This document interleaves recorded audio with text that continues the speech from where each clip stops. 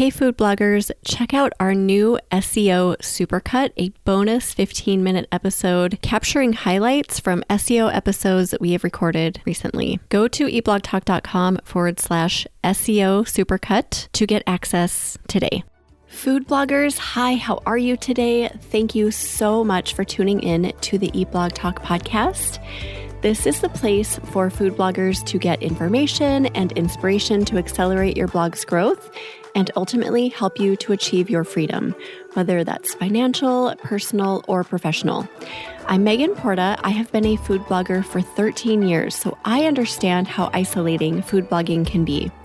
I'm on a mission to motivate, inspire, and most importantly, let each and every food blogger, including you, know that you are heard and supported. I think whether or not you've been hit by the helpful content update or maybe another algorithm or change in our volatile 2024 here in the food blogging industry, you are going to be super interested and inspired by this episode with Tammy Overhoff from Reset and Flourish. She's an OG food blogger. She's been around for a really long time. Tammy experienced devastating traffic loss in 2019 after a really big Google update. After that, she just felt like she couldn't go on. She didn't have the passion for what she was doing anymore. All of her work was just kind of thrown down the drain.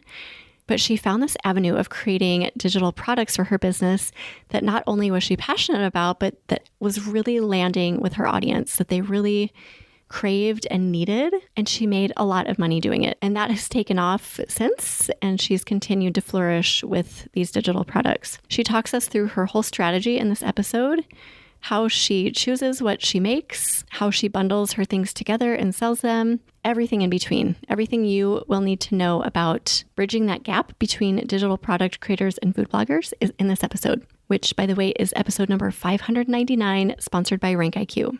Hey, food bloggers, we are currently looking for the perfect bloggers to join the 2025 mastermind groups. And I know as we get applications in and we start talking to people about joining the groups, one of the main reservations is investment, both time investment and money investment, which is why I have this audio clip from Dawn. She's the blogger at Savor the Best. She is in this year's group, and she's going to talk about how this was a reservation for her as well and how she took the leap anyway. For more information and to apply for the 2025 groups, go to eblogtalk.com/mastermind. Here is Dawn. Yeah, probably the monetary and time commitment was maybe the biggest reservation. It really, by the time I wanted to join, there wasn't an awful lot of reservation because I just felt that I needed, I really needed to invest in the business. I needed to put a little more skin in the game. And I had been to a retreat that Megan had put on in the past, and I just felt a good connection with Megan. And I felt like I wanted to continue with something else that she provided. Now back to the episode.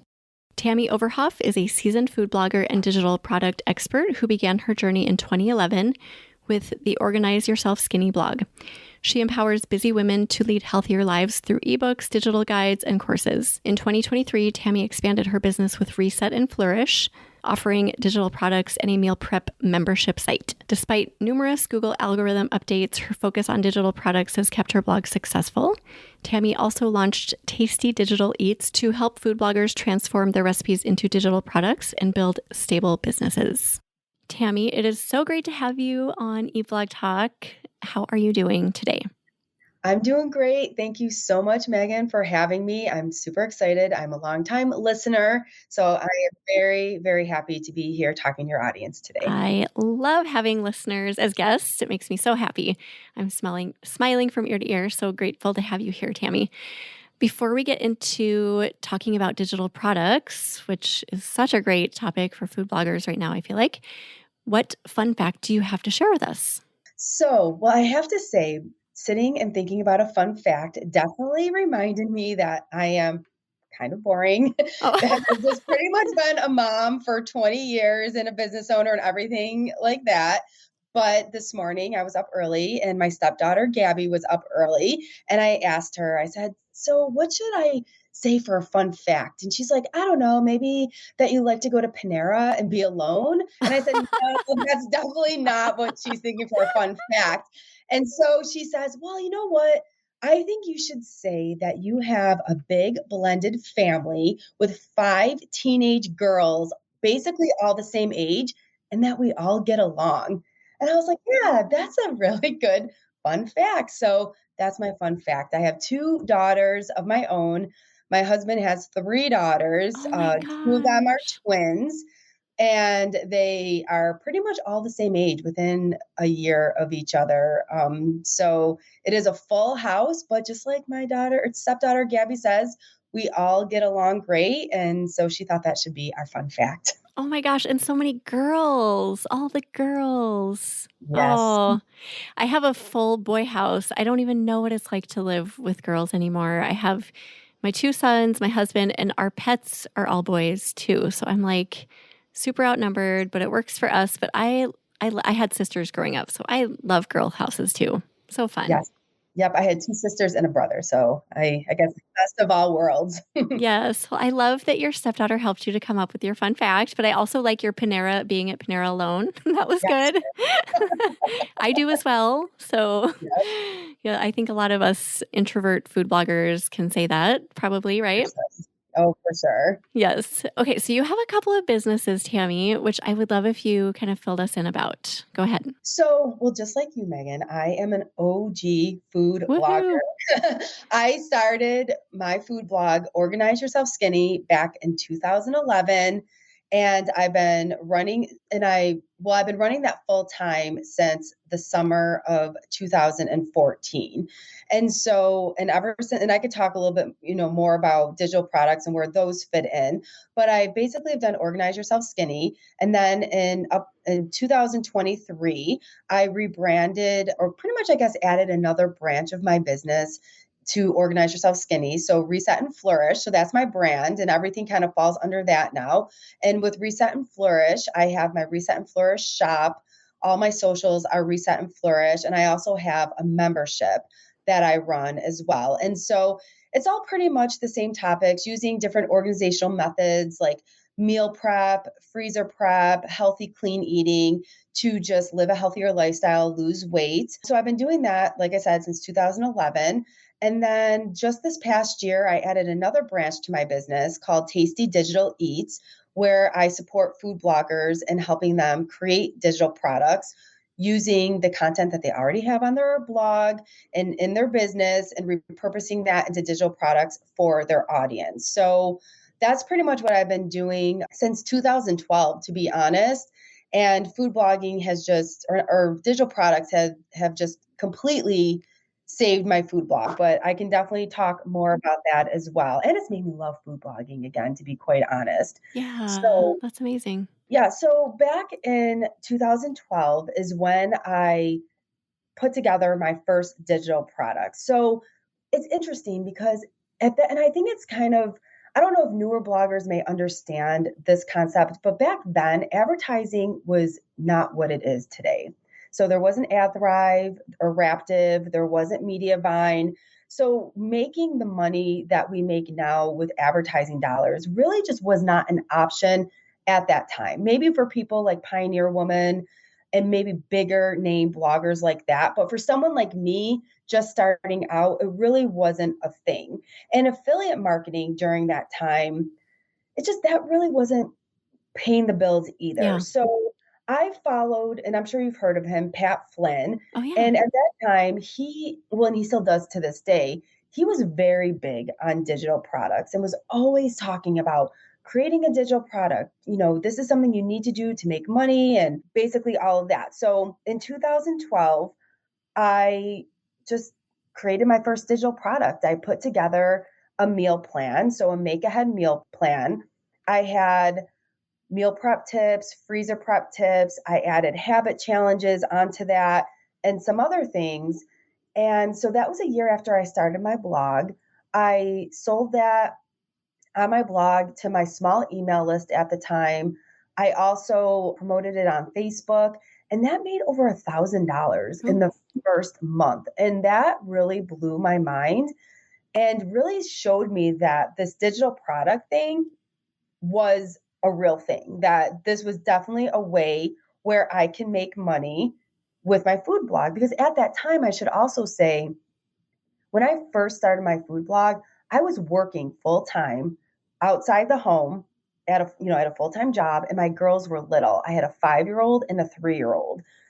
And I wanted to stay home. I wanted to work for myself. And so I really wanted to find a way to make money, a full-time income from my blog. So I created those digital products. I created a new version every month of a meal plan and exercise challenges and all that for 4 months straight. And then it kind of just, and then they made $1,000 to $1,500 each month. But the problem was, I didn't have a system in place at that time to really help me to keep going with creating that digital product, and kind of just having that system in place of creation and selling and building the list and all of that. So it kind of dwindled out. And one of my biggest challenges as a food blogger and as a business owner is I've always been like the shiny object syndrome. I've Yep. always, like I've always been like, oh, wait, I need to try that, or I need to do that, or that looks good. And then what I was working on would just kind of fall off the ledge, or I would just kind of put it aside. But the beautiful thing about those meal plans and those challenges, exercise challenges, is even though I put them back in my Google Drive and I kind of forgot about them, they actually resurrected in 2020 when I repurposed them into a bundle that still sells to this day. So that's where I really started to discover the whole repurposing my content. So, and I'll talk about that in a second. But then in 2015 is when I launched my first ebook. And that ebook was called, and it still is to this day, I still sell it to this day, Organize Yourself Skinny, the 5 strategies to help you eat healthier with a hectic schedule. So in there, I'm just talking about like meal prep, freezer prep, and I give recipes and all of that. But what's interesting in talking about repurposing content with that ebook, Organize Yourself Skinny, that ebook, the content in that ebook started as a blog series. And I don't know if you remember that back in the day. Everyone did like 5 or 6 blog series. Yeah, I remember. Like talking about their life and why they started their blog and all these other things. So I did a 6-part blog series talking about my whole weight loss journey at that time. And then that series ended up turning into an email series that I used as an opt-in to bring people onto my email list. Well, that was so popular, I guess you can say, and people were giving me just great feedback all the time. I then took that content and expanded it into my first ebook. And so I started writing that, I would say, the middle of 2014. And I launched that in January of 2015. And in that first launch, it made just about $5,000. And I sold that. Yeah. So, and I was just blown away because, again, digital products. And that's what I was, thinking that would help me, to build my income and make money. Well, when I sold that, I sold that to my email list, and I would just link out to it in certain blog posts. So every week I would have a weekly meal plan and I would just link out to that. But I didn't have this big sales strategy. I literally just had a small email list that I was just nurturing, talking to just like a friend. There wasn't these big strategies at the time. And when I launched that ebook, people bought it, and I got great testimonials and feedback. But again, I didn't really have a strategy. So I would sell it during flash sales, holiday promotions, and it would make a couple $1,000s every time I would launch it, or I would do a flash sale or a promotion. But I didn't have that system in place to continuously be bringing in leads and selling to them. So, but it was selling, and I was fine with that because I think 2015 is when I got into AdThrive. So I was now making money with advertising. And since 2015, my at Thrive, income has always been around, I would say 6 figures, maybe a little bit more, and which was good. But the problem was now my shiny object was going towards, okay, well, I need to focus on this ad revenue and getting that pumped up and and all of that. And I was kind of losing focus with my digital products. But in 2017, I took the ebook, the Organize Yourself ebook, and I turned that into my first online course. And that first launch brought in $18,000. What? I swear. And within a 3-year period, it made just under $200,000. Oh my gosh, that's awesome, Tammy. Congratulations. Thank you. And it was so amazing because, again, that was completely built on the back of me having an email list, nurturing that email list, building that community. That had nothing to do with SEO or any of that. It was strictly me building my community, talking to my people. But the biggest thing that I learned from that is, in order to continue to make sales like an $18,000 launch and consistently bringing in that money, is you need to be consistently bringing in those fresh leads at a pretty rapid rate, I guess I'll say. Like they can't just like trickle in and you're going to make $18,000. Like you need to be really aggressively, consistently bringing in emails and focusing on that. And so that's when I really started to discover just the power of a nurtured email list and what that email list can do for you as you're selling, for selling digital products. So I sold that for a couple of years. I had Pinterest going, pretty much whatever all other bloggers at that time were doing. My ad revenue was going up. I was bringing in, money with my digital products. At that time, SEO was working in my favor as far as different review posts go. So I started making really good money with a few review posts that were ranking high in SEO. But then in 2019, in November 2019, is when my site got hit by that Google algorithm update. I don't know, are you familiar? You know Oh, about this? yes. Yep. Yeah. Okay. I'm sure all of us on some level have been traumatized Yeah. at By some point. some algorithm, some change over the years for sure. Yes. So that completely rocked my business. So at that time, I never really had these huge SEO numbers. So I was never making like a million page views or anything like that. But like I said, I did have a few review posts doing really well in SEO. Well, and they were bringing in probably close to $70,000, $80,000 a year just from being number one and two, on Google. Well, I was completely knocked out of the top spots, lost all my income with that. And I was losing a bunch of traffic. So my advertising revenue was going down. And because I wasn't bringing in those consistent email leads, my digital product sales were going down. So I was just like, oh my gosh, what do I do? I mean, at that point, I'm working full time.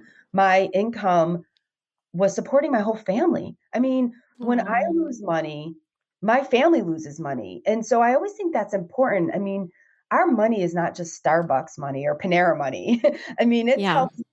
it's my family's money. It helps my daughter with college. It helps everything. So that was a really big deal. And if I could go back in time, I wish I would have dove in back into my community and really figured out the whole digital product game, I guess, at that time. But instead, I dove into the SEO game and I did the grind for probably close to 3 years. I did the theme changes, I got the consultants, I did all the things that food bloggers do. And I know even to this day, there are every single consultant would look at my blog and be like, you need to change this, this. And that's fine because here's the thing, when you lose income, you lose the money to pay for help. So I was pretty much doing everything on my own and the needle was just not moving forward. The SEO was not changing no matter what I was doing. And in fact, I was getting hit by more algorithm updates. So I think it was June or May of 2022, I got hit with another algorithm Oh, update. no.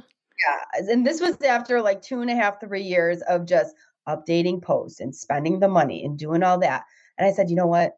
I can't do this like, I got to take a break. And I remember thinking to myself, if I don't pivot my business right now, I'm done. Like, I'm done. Put a fork in me. Business is over. That's literally how I felt. Just put a fork in me. Oh. I need to go back to a quote unquote regular job. So at that point, I said, well, you know what? I have this whole community. At that point, I had my Facebook group. They had 14,000 people were in that Facebook group. I had this big email list that I just continued to grow over the years, even though I wasn't quote unquote aggressively growing it, it was growing. And I really, at that point, didn't talk to my community in probably 2.5 years because I was so head down focused Mm. on SEO. So I was like, okay, I heard of people doing these type of challenges, like smoothie challenges or whatever type of challenges with their community. And I thought to myself, well, I can do that. I have all these smoothie recipes on my blog. I'm going to take 10 of them. We're going to do a smoothie challenge.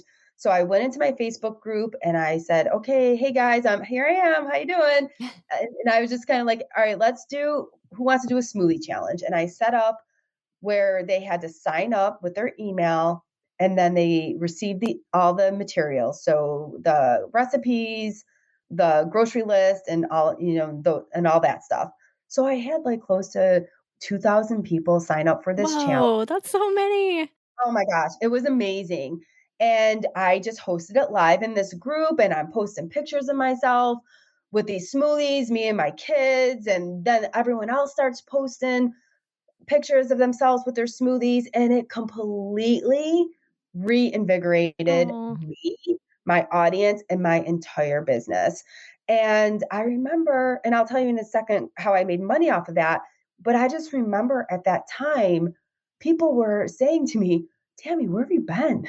Like, we've missed you. Where have you been? And I'm like, oh my, like, I missed you too. And I just remember thinking to myself, I have and I'm sure you have the same thing in your community since you've been doing this so long, but I have people in my audience that have been with me for 10 years, Yeah. more than that. Like, they have been with me through my kids being little. I've seen them, pregnant. Like, we've all have been together for this whole like life, all our life changes and everything. And it was like, what am I doing? Like, I already have this whole community of people that depend on me, that come to me for this information. So after I did the smoothie challenge, I went into a mason jar salad challenge. So mason jar salads are kind of like the recipe I'm known for in my community. Food bloggers, let's take a quick break to chat about RankIQ. RankIQ is a powerful keyword research tool made just for you, for bloggers. You've heard me talk about this keyword research tool so much before, and I am going to keep talking about it because it works. Yes, it still works. The March edition of the HCU definitely had an impact on my organic traffic for my food blog, but it wasn't devastating and things are starting to climb back up. I so strongly believe that all of the high quality, niche centric content I've spent the last 3 years publishing, so much of it from keywords that I found in RankIQ, is the reason I'm still afloat. Here is why RankIQ has helped. I've only ever searched for and written about keywords that are 100% relevant to my niche and brand. All of the keywords in RankIQ are low competition and high search volume, helping my content to head right to the top of searches. Yes, still. The RankIQ optimizer is the best and creates the most well-rounded posts.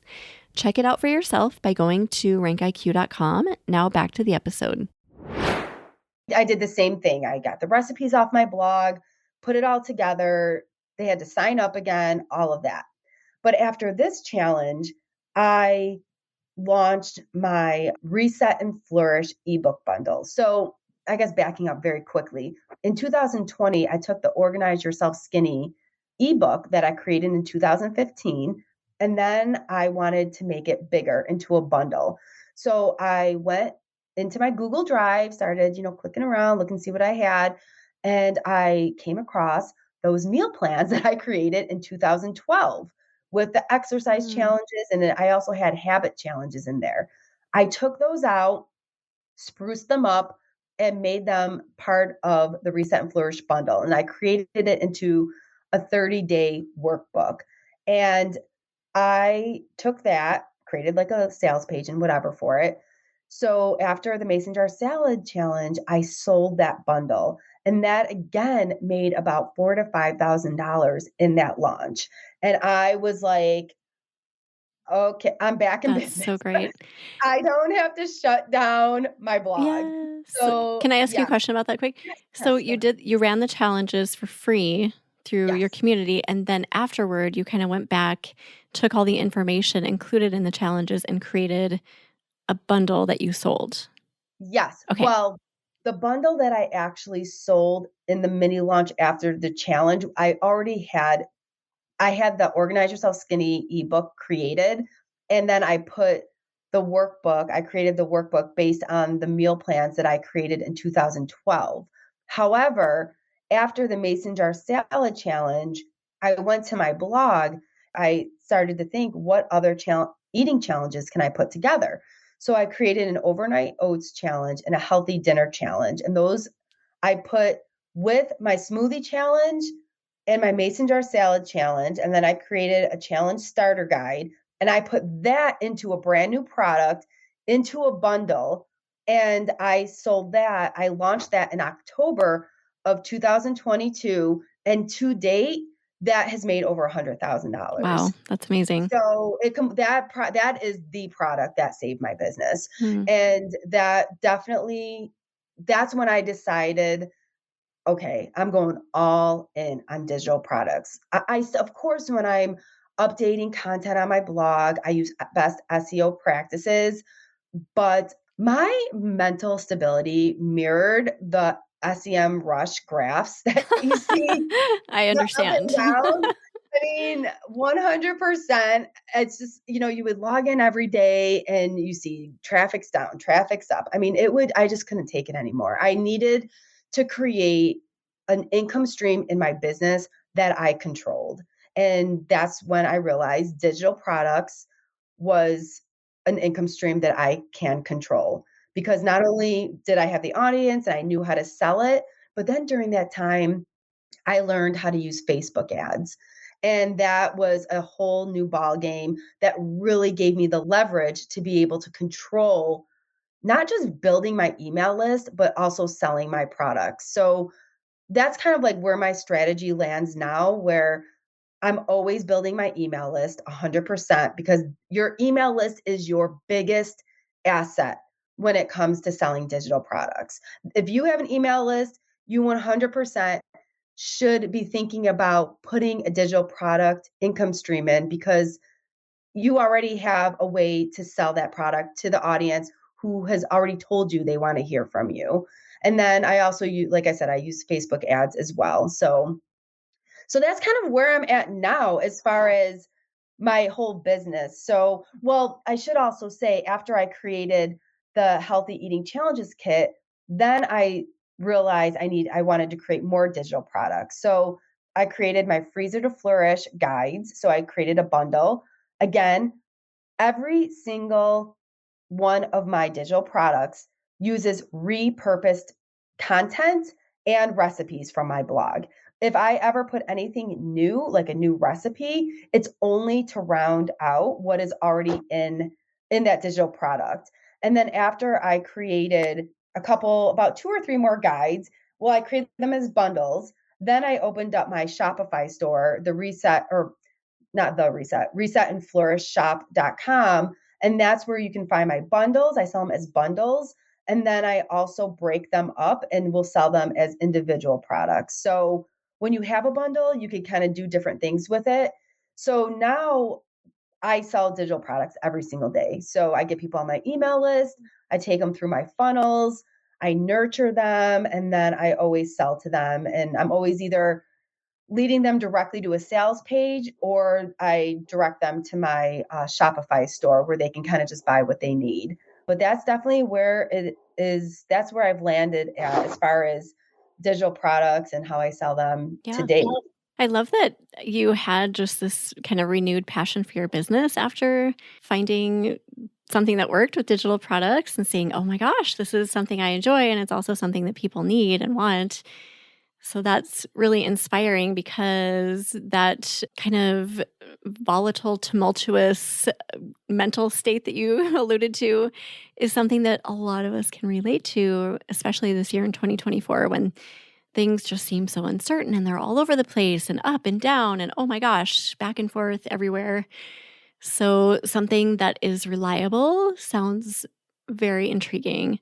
So if somebody is like, yeah, like really interested in what you're saying, wants everything that you're talking about, where do you recommend they start if they've never created a digital product before? Well, I definitely think when it comes to digital products, you have to really be committed to shifting your mindset when it comes to your income streams in your food blog, because I'm not sure where it became the only path for food bloggers to just SEO ad revenue, but digital products opens up a whole new income stream. And like I said, one that you have so much more control over.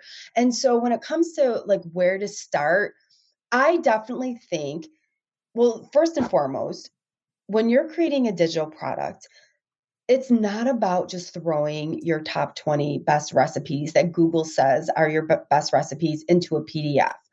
You could possibly sell that to your warm audience, meaning the people who already know you. But the key to being successful with digital products and scaling it is you need to create something that you can sell to a cold audience, meaning people who are just finding you. So you want to think about how can you curate your recipes and content into a package that either solves a problem or helps them achieve a goal. And that doesn't necessarily mean it has to be a life-changing goal. It can be anything from planning a party, putting together a cookie exchange, using certain baking methods, of course, weight loss, low carb eating.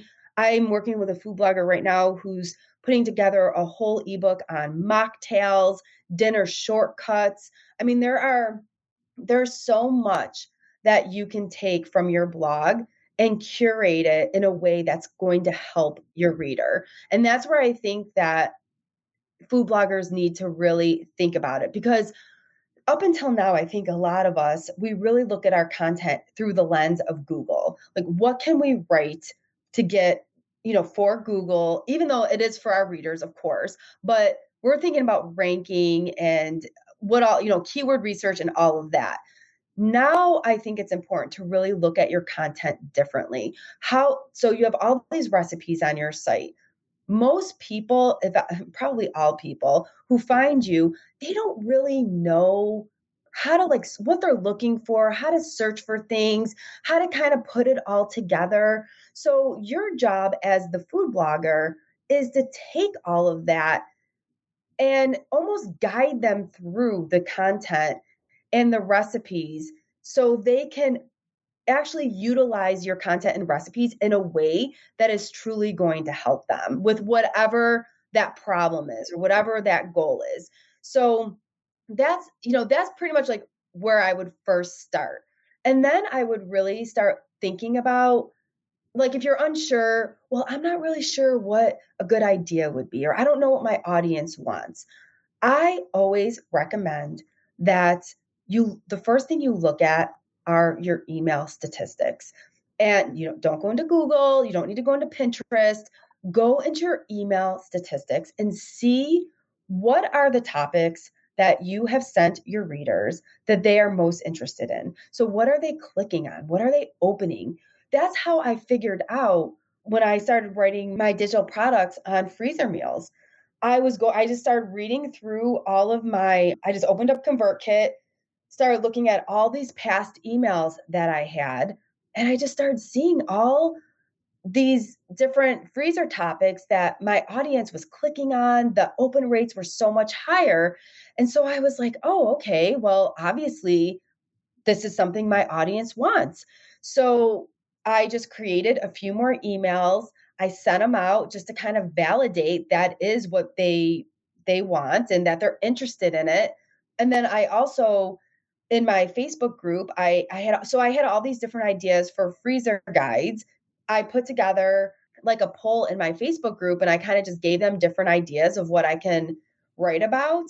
And they just voted on, which one they thought. And the one that they really wanted was my Freezer to Flourish individual freezer meals guide, which was interesting because I actually thought they were going to choose more of like the protein one. So I was going to do a freezer meal guide on just ground turkey and then chicken. And I thought for sure that's what they would want.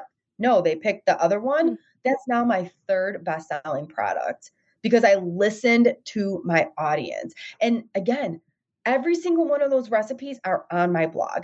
And not only are they on my blog, but I link to them from my digital product because in the digital product, I have the recipe and the instructions. And then and I always say in there, if you want the step-by-step photos, if you want all the different information that we work so hard to put into these blog posts for SEO purposes, for the most part, now they can click on them for my digital guide and go see that extra information on my blog should they want to.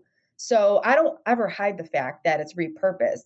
I put this together for them. Like I said, I curate it into this package. It's beautifully designed. It's all laid out. It makes sense. It shows them how to use this information and recipes so they can solve a problem or achieve a goal. And my 10-day healthy eating challenges kit, I get amazing testimonials from people on pretty much a daily basis for that product. So yeah, it's, digital products for me, and what I ask or what I advise for other food bloggers is just to get started, just to really go through your content, put it together, figure out what your audience wants, but also just to do it. Because here's the thing, with digital products, all that work is front loaded. So it's not like our other food blogging tasks where we're always, we get it done and then we go on to the next thing again. So we're finishing a recipe. Now we got to keyword research again. It's not this like never ending grind. You figure out what that digital product should be on, you put it together, and now it's an asset in your business that you can sell for the next 10 or 15 years. I mean, my Organize Yourself Skinny ebook, which is a part of my Reset and Flourish bundle, I created that in 2015. Wow. The workbook, I put together those meal plans in 2012, and they are still selling on a daily basis. So block the time, get it done, and then you have that asset in your business that you can make money through flash sales. You can make money through launching it. You can get it set up in an evergreen email funnel. So it's just continuously selling as you bring new people in, you're offering them this paid solution. And that's another thing that I would really encourage our food bloggers is do not be afraid to sell. Nobody knows your recipes and your content better than you. Nobody can help your audience better than you use your recipes and content to achieve their goal, solve their problem. When you take the time and you start creating these paid solutions for them, tell them, sell it to them. You can do, I use a method in my emails called the nurture to sales method. So I'm always nurturing. I'm always just talking to my audience like I did 10 years ago, because that's what I realized. That's how how I want to talk to them.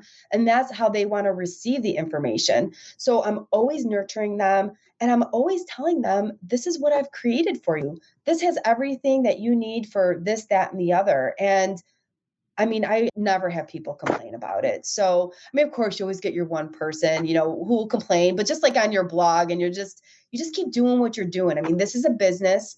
You're taking the time to put together the content, and you should be compensated for that, for sure. And your audience will line up to buy this stuff because they're following you for a reason. They joined your email list for a reason. And I do believe that, because a lot of times people will say, experts or whatever, that you shouldn't sell right away, that you should wait. And I don't agree with that at all.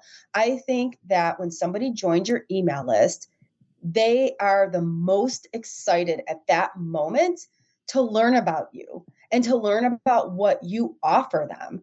And so why not use that time to showcase what you've put together for them. I have what's called a tripwire. So when people sign up for my email, they're automatically given an opportunity to purchase one of my products at a discount. And that sells every single day. Not everyone buys it, but some do. And then they go into my email sequence. And again, I'm just nurturing and nurturing and nurturing. And then I just let them know what I have available should they want to buy it. And I don't think food bloggers should be afraid to do that at all. Yeah, I appreciate that little pep talk. That is a fear that runs rampant in our space, it seems like. This is super inspiring. I mean, like I said, we all need a little bit, most of us need a little bit of a refresh. And this sounds like a really good opportunity to take some of the content we already have created and just repurpose it into a new package to serve our people, right? And add value to their lives. Yeah, absolutely. And I think now is the best time to start working on a digital product strategy. You don't want to wait until you've been hit with an algorithm update or RPMs drop, because then you're like working in desperation mode. And that's almost like where I found myself working in 2019. And that's a really hard place to be, to try to start creating something new. So I always encourage food bloggers, even if you haven't been hit by anything yet, take this time, get this income stream going, so you have an income stream, you have more control should, and most likely when, something like this happens to your business. You don't want to build your business on the back of things you have zero control over. And you have zero control over Google, you have zero control over advertising, and zero control over affiliates. The only thing you have control over is your own content and turning them into digital products and selling them. 100%. Amen. Thank you, Tammy. This was amazing. And I think this is going to land really well for a lot of food bloggers listening. So we really appreciate your time today. Thank you. Well, thanks for having me. I really appreciate you having me. Yeah. For sure. And I want to ask you quick, because I know you do, is it coaching for other food bloggers looking to just learn a little bit more about this? Yes. So I have two options. I do coaching. So I do offer one-on-one coaching. And so I'm just ending a group coaching program now. I'm not sure when I'm going to do another one, but I do have that option at times.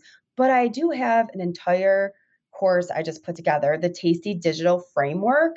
And that takes my entire process from the idea phase to the launch phase.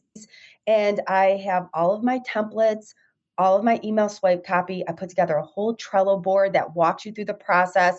I do an entire ChatGPT training showing you exactly how to use ChatGPT in the best way that you can to create these digital products from start to finish. You get all my prompts. So I literally have taken my whole digital product side of my business, and I just put that into the framework, the Tasty Digital Framework, for that first step. So for that first, getting that digital product created. And I'm really planning on just taking the rest of my digital side of my business and just getting that broken down into those, I guess you could call it like the self-led courses for people who just want to jump in, get everything and get moving. But my goal right now, I mean, I'm 49. I've been doing this for like 12 years.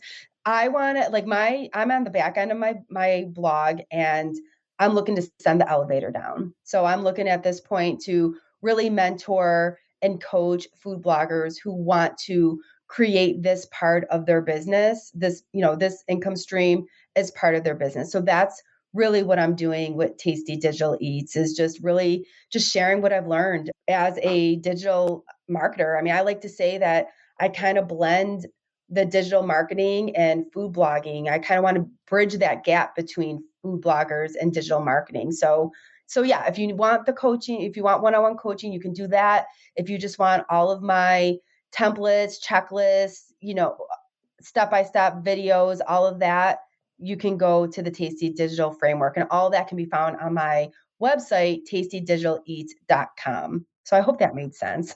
Yeah, amazing. I hope people go there and check that out. We'll put together a show notes page for you, Tammy. If you head to eatblogtalk.com/reset and flourish, you can find all the information there.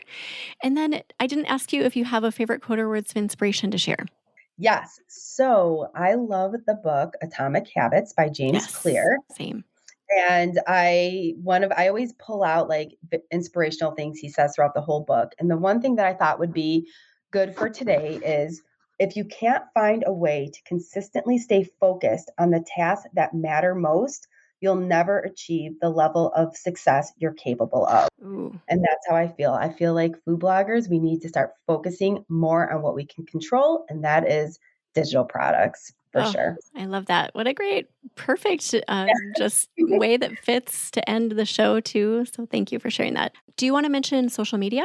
Sure. For social media, you can find me with both sides of my business. So Reset and Flourish, you can find me on Instagram and Facebook. I definitely am more on Instagram.